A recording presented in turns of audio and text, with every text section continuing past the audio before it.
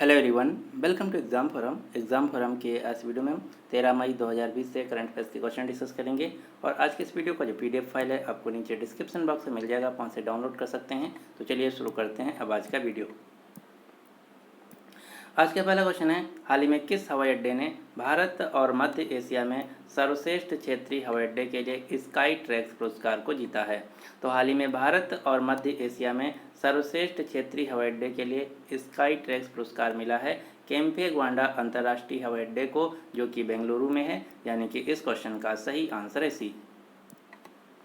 इस पुरस्कार के लिए सभी हवाई अड्डों का सर्वेक्षण किया गया, जिसमें हवाई अड्डे की सेवा के दौरान ग्राहक अनुभव यानी कि कस्टमर सर्विस एक्सपीरियंस, प्रवेश द्वार पर प्रस्थान के माध्यम से चेक इन, आवागमन, स्थानांतरण, खरीदारी, सुरक्षा आदि प्रमुख मानदंडों के आधार पर इसका मूल्यांकन किया गया है, जिसके आधार पर भारत और मध्य एशिया में सर्वश्रेष्ठ क्षेत्रीय हवाई अड्डे के लिए स्काई ट्रैक्स पुरस्कार दिया गया है केम्पे ग्वांडा अंतर्राष्ट्रीय हवाई अड्डे को। यानी कि इस क्वेश्चन का सही आंसर है सी। ये तो बात हो गई भारत और मध्य एशिया की। अगर क्वेश्चन पूछा जाए कि स्काई ट्रैक्स के अनुसार दुनिया का सबसे अच्छा हवाई अड्डा कौन है, तो स्काई ट्रैक्स रिपोर्ट्स के अनुसार दुनिया का सबसे अच्छा हवाई अड्डा है कस्टमर सर्विस एक्सपीरियंस के हिसाब से सिंगापुर का चंगी एयरपोर्ट। जो सिंगापुर का चंगी हवाई अड्डा है, ये दुनिया का सबसे अच्छा हवाई अड्डा है ग्राहक अनुभव के अनुसार। अब आपको कुछ भारत के प्रमुख अंतर्राष्ट्रीय हवाई अड्डों के नाम याद रखना है, जो कि एग्जाम में पूछा जाता है। यहाँ से सीधा सीधा क्वेश्चन पूछा जाता है कि दिया हुआ जो हवाई अड्डा है भारत के किस शहर में स्थित है। तो इंदिरा गांधी अंतर्राष्ट्रीय हवाई अड्डा नई दिल्ली में है, अन्ना अंतर्राष्ट्रीय हवाई अड्डा चेन्नई तमिलनाडु में है, बाबा साहेब अम्बेडकर अंतर्राष्ट्रीय हवाई अड्डा नागपुर महाराष्ट्र में है, सरदार वल्लभ भाई पटेल अंतर्राष्ट्रीय हवाई अड्डा अहमदाबाद गुजरात में है, गोपीनाथ बारदौली अंतर्राष्ट्रीय हवाई अड्डा गुवाहाटी असम में है, चौधरी चरण सिंह अंतर्राष्ट्रीय हवाई अड्डा लखनऊ उत्तर प्रदेश में है, श्री गुरु रामदास जी अंतर्राष्ट्रीय हवाई अड्डा अमृतसर पंजाब में है, शेख अल आलम अंतर्राष्ट्रीय हवाई अड्डा श्रीनगर जम्मू कश्मीर में है, वीर सावरकर अंतर्राष्ट्रीय हवाई अड्डा पोर्ट ब्लेयर अंडमान निकोबार द्वीप समूह में है, दावोलिम अंतर्राष्ट्रीय हवाई अड्डा गोवा में है, देवी अहिल्याबाई होलकर अंतर्राष्ट्रीय हवाई अड्डा इंदौर मध्य प्रदेश में है, लाल बहादुर शास्त्री अंतर्राष्ट्रीय हवाई अड्डा वाराणसी उत्तर प्रदेश में है, राजीव गांधी अंतर्राष्ट्रीय हवाई अड्डा हैदराबाद तेलंगाना में है, छत्रपति शिवाजी महाराज अंतर्राष्ट्रीय हवाई अड्डा मुंबई महाराष्ट्र में है। तो ये हैं भारत के कुछ प्रमुख अंतर्राष्ट्रीय हवाई अड्डे जिनका नाम आपको याद रखना है। क्वेश्चन नंबर 2 है, हाल ही में श्वसन स्वास्थ्य के बारे में जागरूकता पैदा करने के लिए प्राणवायु कार्यक्रम किस शहर में शुरू किया गया है। तो हाल ही में श्वसन स्वास्थ्य के बारे में जागरूकता पैदा करने के लिए प्राणवायु कार्यक्रम शुरू किया गया है बेंगलुरु शहर में। यानी कि इस क्वेश्चन का सही आंसर है सी। इस कार्यक्रम का उद्देश्य है, इस कार्यक्रम के माध्यम से बेंगलुरु महानगर निगम बेंगलुरु वासियों के लिए श्वसन स्वास्थ्य की जांच कराने की आवश्यकता के बारे में जागरूकता को बढ़ावा देगा। यही है प्राणवायु कार्यक्रम जिसकी शुरुआत की गई है बेंगलुरु शहर में। बेंगलुरु जो कि कर्नाटक राज्य की राजधानी है। अब आपको बेंगलुरु के उपनाम याद रखना, निक नेम याद रखना है, जो कि एग्जाम में पूछे जाते हैं। तो बेंगलुरु का उपनाम है space city of India, garden city of India, silicon valley of India, IT capital of India, electronic city of India, science city of India. इन सारे नामों को बेंगलुरु शहर के नाम से जाना जाता है। क्वेश्चन नंबर 3 है, हर साल अंतर्राष्ट्रीय नर्स दिवस यानी कि इंटरनेशनल नर्स डे कब मनाया जाता है। तो पूरी दुनिया में हर साल अंतर्राष्ट्रीय नर्स दिवस मनाया जाता है 12 मई को। यानी कि इस क्वेश्चन का सही आंसर है बी।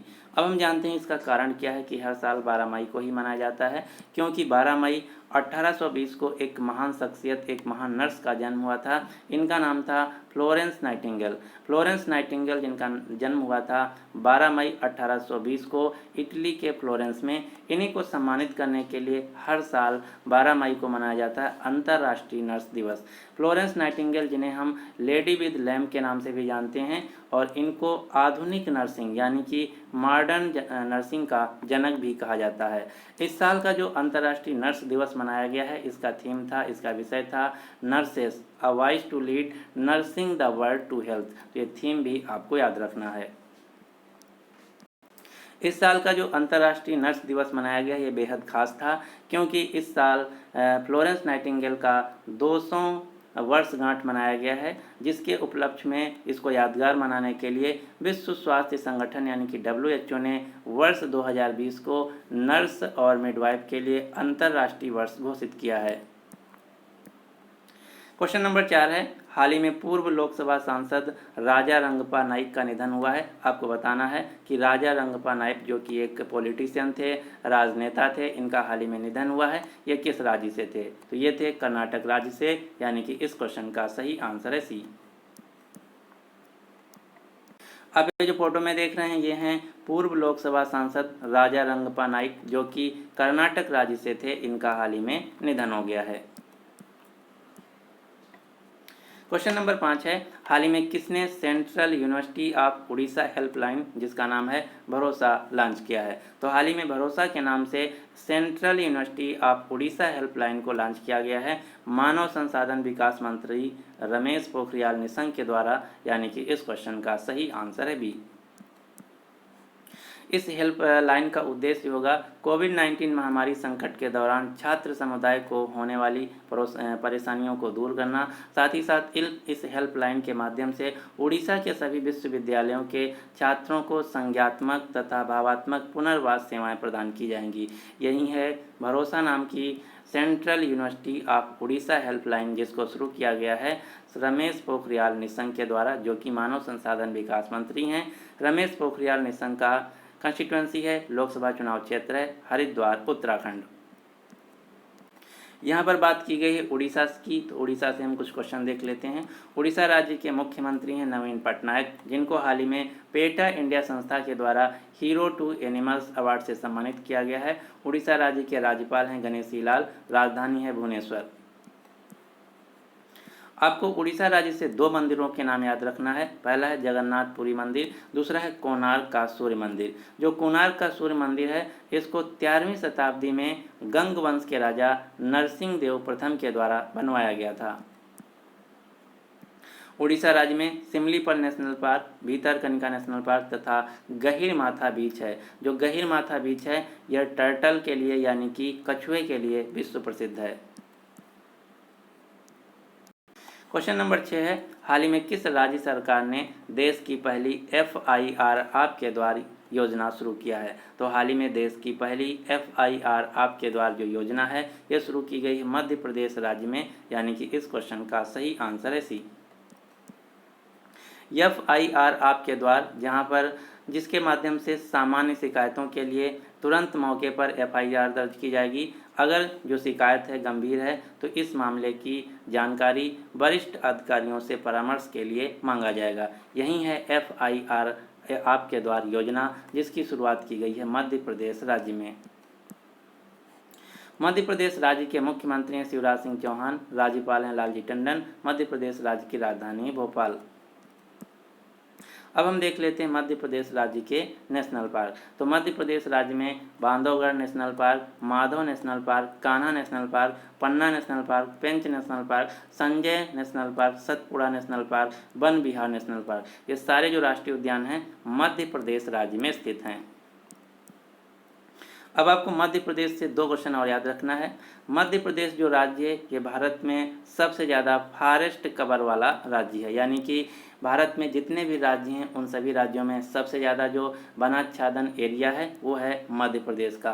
दूसरा क्वेश्चन आपको याद रखना है जो ये है कि भारत में सबसे ज़्यादा जो टाइगर यानी कि बाघ की संख्या है ये मध्य प्रदेश राज्य में है। तो ये दो क्वेश्चन आपको याद रखना है। इसके अलावा हाल ही में मध्य प्रदेश में संपर्क में आए बिना कोरोना वायरस संदिग्ध रोगियों की जांच के लिए संजीवनी नामक वाहन को विकसित किया गया है। इसके अलावा स्कूली छात्रों को मिड डे मील राशन उपलब्ध कराने वाला भारत का पहला राज्य बना है मध्य प्रदेश। मध्य प्रदेश राज्य ने जीवन अमृत योजना को शुरू किया है, जिसके माध्यम से मध्य प्रदेश सरकार शरीर की बीमारियों से लड़ने के लिए ताकत देने वाले काढ़ा को वितरित करेगी। मध्य प्रदेश सरकार ने ही जीवन शक्ति योजना को लॉन्च किया, जिसके तहत शहरी क्षेत्रों की जो महिलाएं हैं अगर घर पर मास्क बनाती हैं तो उन महिलाओं को प्रति मास्क 11 रुपये दिया जाएगा। क्वेश्चन नंबर 7 है, हाल ही में किसने नवीन एवं नवीकरणीय ऊर्जा मंत्रालय में सचिव के रूप में पदभार संभाला है? तो हाल ही में नवीन एवं नवीकरणीय ऊर्जा मंत्रालय के सचिव के रूप में नियुक्त किया गया है इंदु शेखर चतुर्वेदी को, यानी कि इस क्वेश्चन का सही आंसर है ए। आप ये जो फोटो में देख रहे हैं ये हैं इंदु शेखर चतुर्वेदी। इन्हीं को नवीन एवं नवीकरणीय मंत्रालय के सचिव यानी कि सेक्रेटरी के रूप में नियुक्त किया गया है। अगर बात की जाए मंत्री कौन है, तो नवीन एवं नवीकरणीय राज्य मंत्री हैं राजकुमार सिंह RK सिंह। इसको इंग्लिश में बोला जाता है ministry of new and renewable energy. और कुछ दिन पहले मैंने आपको बताया था कि हाल ही में सड़क परिवहन और राजमार्ग मंत्रालय के सचिव के रूप में नियुक्त किया गया है गिरिधर अरामने को। सूक्ष्म लघु एवं मध्यम उद्यम मंत्रालय के सचिव के रूप में नियुक्त किया गया है अरविंद कुमार शर्मा को। लेकिन इन सभी मंत्रालयों के बावजूद आपको 5 सचिव के नाम याद रखने हैं जो कि एग्जाम में सबसे ज़्यादा पूछे जाते हैं। कौन कौन से? पहला है भारत के कैबिनेट सचिव हैं राजीव गौबा, विदेश सचिव हैं हर्षवर्धन श्रृंगला, वित्त सचिव हैं अजय भूषण पांडे, गृह सचिव हैं अजय कुमार भल्ला, रक्षा सचिव हैं अजय कुमार। इन्हीं में से ज़्यादातर एग्जाम में पूछा जाता है।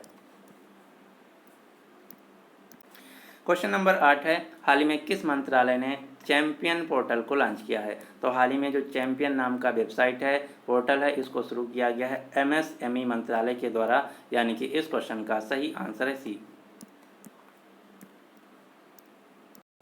चैंपियन का फुल फॉर्म भी है, लेकिन आपको ये फुल फॉर्म याद नहीं करना है क्योंकि ये इतना बड़ा फुल फॉर्म है कि एग्जाम में पूछे जाने के जो चांस हैं ना के बराबर हैं।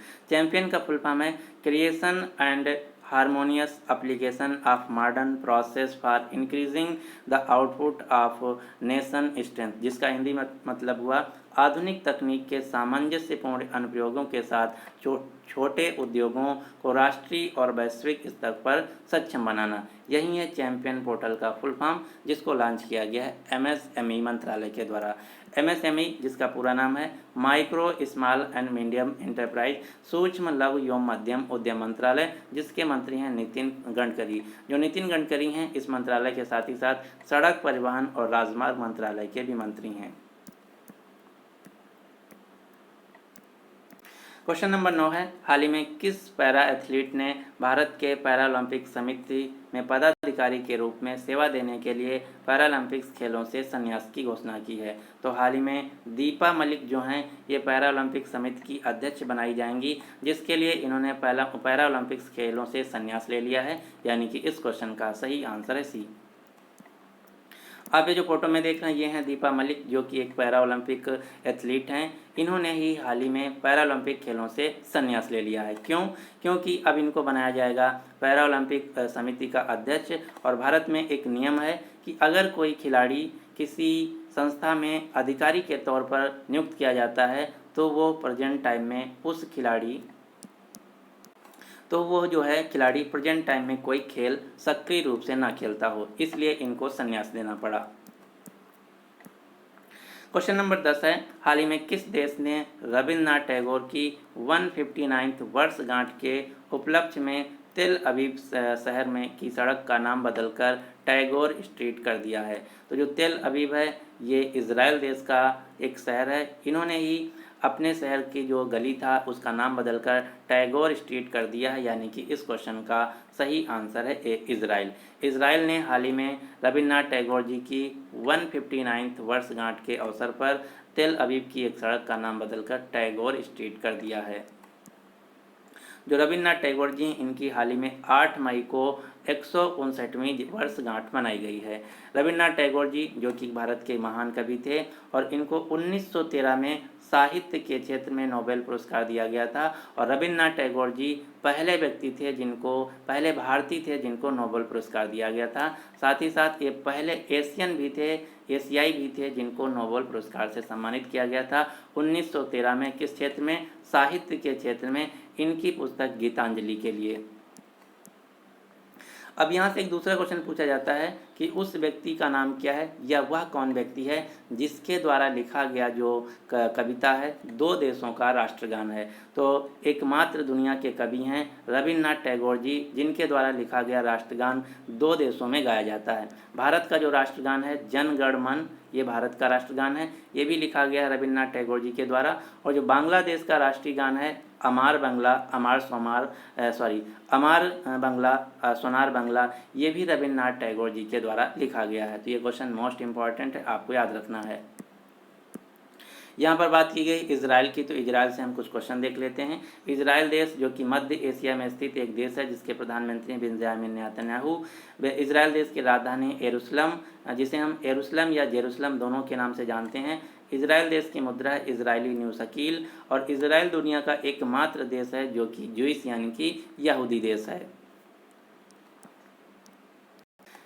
यहूदी लोग जो जहाँ पर पूजा पाठ करते हैं उस स्थल को बोला जाता है सिनेगाग। जिस प्रकार से हिंदू समुदाय के जो लोग पूजा करते हैं वहाँ उसको बोला जाता है मंदिर, मुस्लिम समुदाय के जो लोग पूजा करते हैं उस स्थान को बोला जाता है मस्जिद, सिख समुदाय के लोग जहाँ पर पूजा करते हैं उसको बोला जाता है गुरुद्वारा। इसी प्रकार से यहूदी समुदाय के जो लोग जहाँ पर पूजा पाठ करते हैं उस स्थान को बोला जाता है सिनेगाग। एक क्वेश्चन और पूछा जाता है इजराइल देश से कि इजराइल की खुफिया एजेंसी का नाम क्या है। तो दुनिया की सबसे जो अच्छी खुफिया एजेंसी मानी जाती है ये है इजराइल की, जिसका नाम है मोसाद।